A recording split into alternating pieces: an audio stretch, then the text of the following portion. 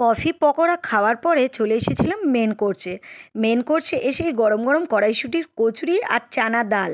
আর ওটা খাওয়ার পরে দিয়ে গেল আলু ভাজা, ঝুরি ঝুরি আলু ভাজার সাথে গরম গরম ভাত। কার না ভালো লাগে বলো তো? আর সাথে দিয়ে গেল গাঢ় গাঢ় ভেজিটেবল ডাল।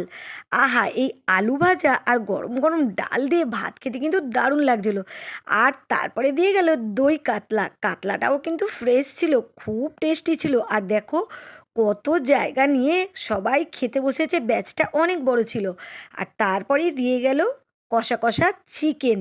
আর চিকেনের সাথে ফ্রাইড রাইস ছিল। আমি কিন্তু ফ্রাইড রাইস নিইনি, আমি কিন্তু সাদা ভাত দিয়েই খেয়েছি। আর তারপরে সবাইয়ের প্রিয় চাটনি আর পাঁপড়। চাটনি আর পাঁপড় দিয়ে খেতে না খুব ভালো লাগে। সাথে ছিল একদম হালকা মিষ্টি দেওয়া সন্দেশ। সন্দেশটা কিন্তু বেশি মিষ্টি ছিল না। আর তারপরেই দিয়ে গেল লাল লাল গুড়ের রসগোল্লা। আর রসগোল্লা সব খাওয়ার পরে সাথে ছিল পান মশলা আর কোয়ালিটি আইসক্রিম।